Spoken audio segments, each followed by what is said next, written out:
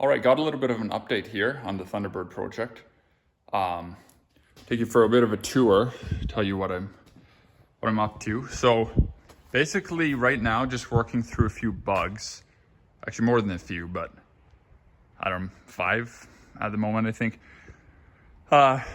Just kind of, fine tuning things, and a few problems show up, as is typical with an old car. So, let's see. Well, one thing, so I got my new tires on, and then the other day I came to take it for a drive and noticed that I had a flat. So I need to still check into that tire, find out what's leaking.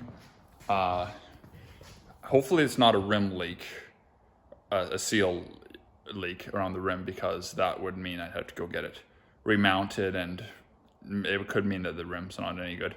So hopefully that's not what it is. It seemed like it leaked out faster the first time, but we'll see. So it'll hold air for a day, 2 days before it goes flat, but then it will eventually go flat. So got to fix that. Under the hood, had a bit of a problem with what I thought was a misfire. So the car would start really good. It's been moderate a bit. It's been about 25 degrees the last several times I've started the car. And it would start fine with no choke. And it seemed like it didn't want choke. It's certainly not full choke. So it would start fine and idle fine. Then I'd take it for a drive. And what would happen is I'd take it down the driveway, get out on the road, and within, open it up. Sometimes I could make it about a mile, and then when I stopped to turn around, then the car would start to stall and run really rough. But sometimes I would only make it to the edge of the driveway, and then as I was coming to the edge of the driveway, ready to turn, the car would start to run rough and stall out. And so I thought, well, maybe it's an alternator problem. I checked my alternator, it's charging. The battery's getting 14 volts while it's running. So that should be okay. Then my next guess was, well, maybe it's a coil. And so all this time I'm assuming it was an ignition problem, because similar things were happening last year. And that, as I found out, the carburetor had several issues. If you've been following along, you saw a few videos on that where I went through that.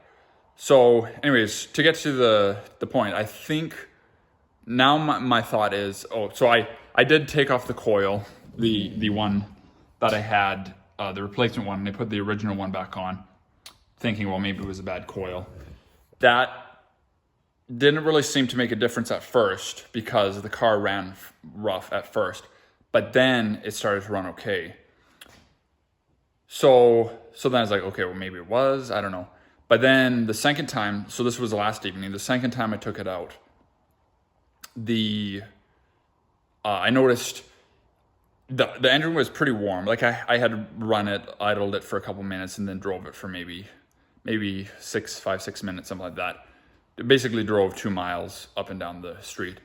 But then about half an hour later, I took it out again, and it was stalling out. And by this time I was starting to think, maybe it's wanting some choke.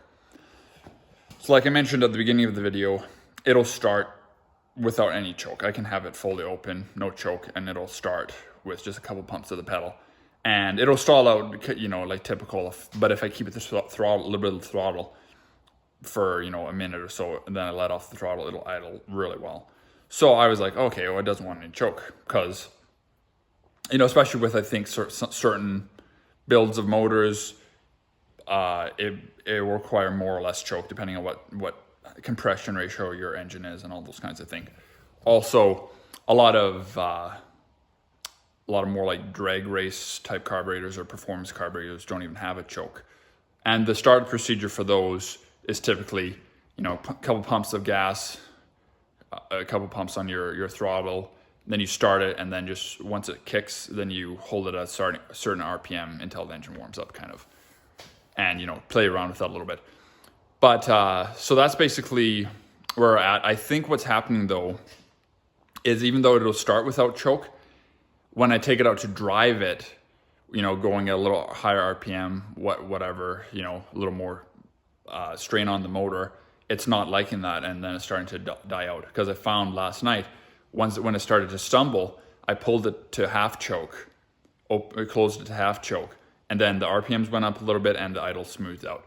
So I don't know exactly why it's doing that. You know, motors can be almost like organic creatures sometimes, like they're almost like a living thing.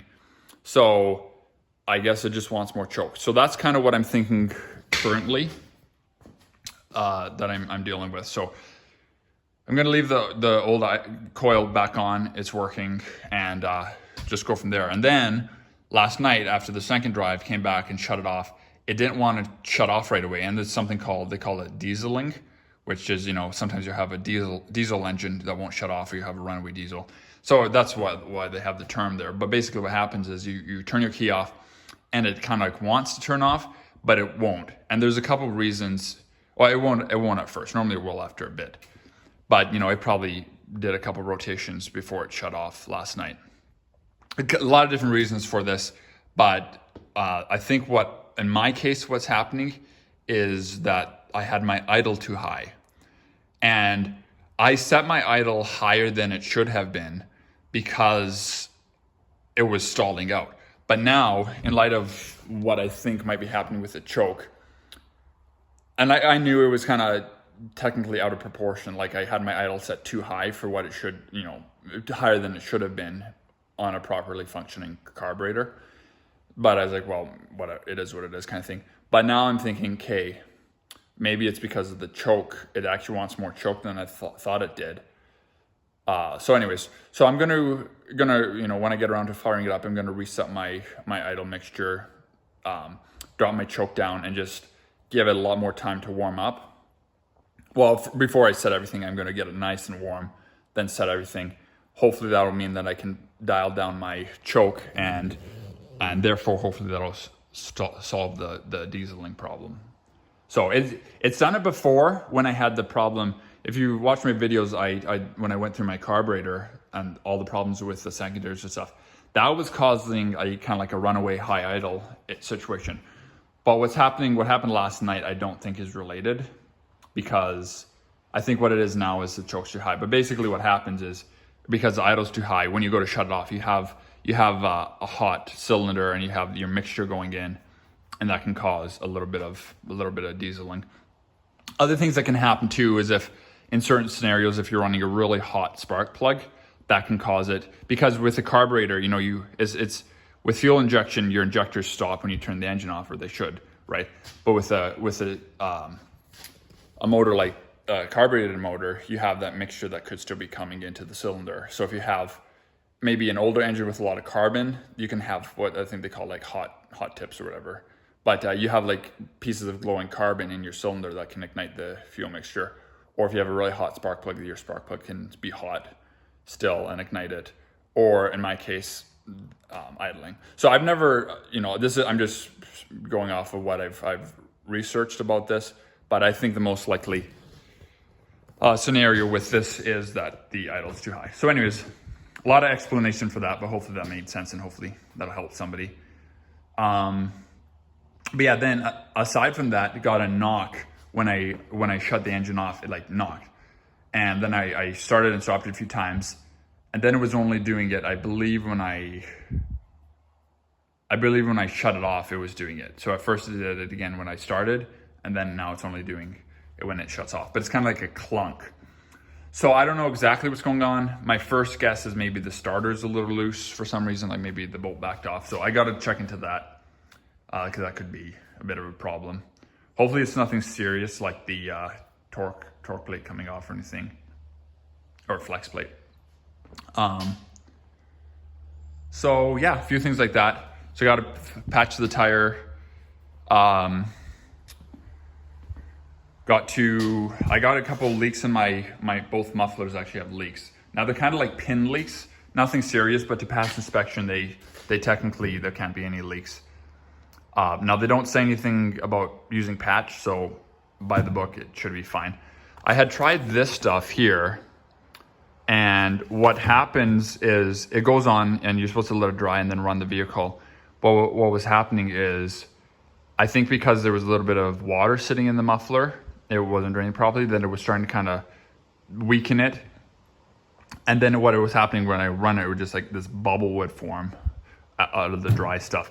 So I might just be the wrong application. So anyway, so I'm going to try some of this muffler wrap. It's, like I said, it's not really a major leak, surprisingly for how old the mufflers are. It's more like a pin leak, but it's with like a high compression motor. There's a lot of exhaust, like a lot of exhaust pressure coming out. So I think more so than I've seen on other, regular motors or whatever. So yeah, that's about it. I might be missing a few things, but just kind of working through a few bugs like that. And unfortunately, when you think you're getting pretty close, then something else comes up. So, but that's it for today, I think. Thanks for following along, and if you got to the end, thank you for watching the whole video. And if you want more content here, if you subscribe, you'll get, and you can hit the notification bell, so you'll get notified whenever I publish a new video, if you want to stay up to speed on everything. So anyways, thanks for watching, and hope you have a great day.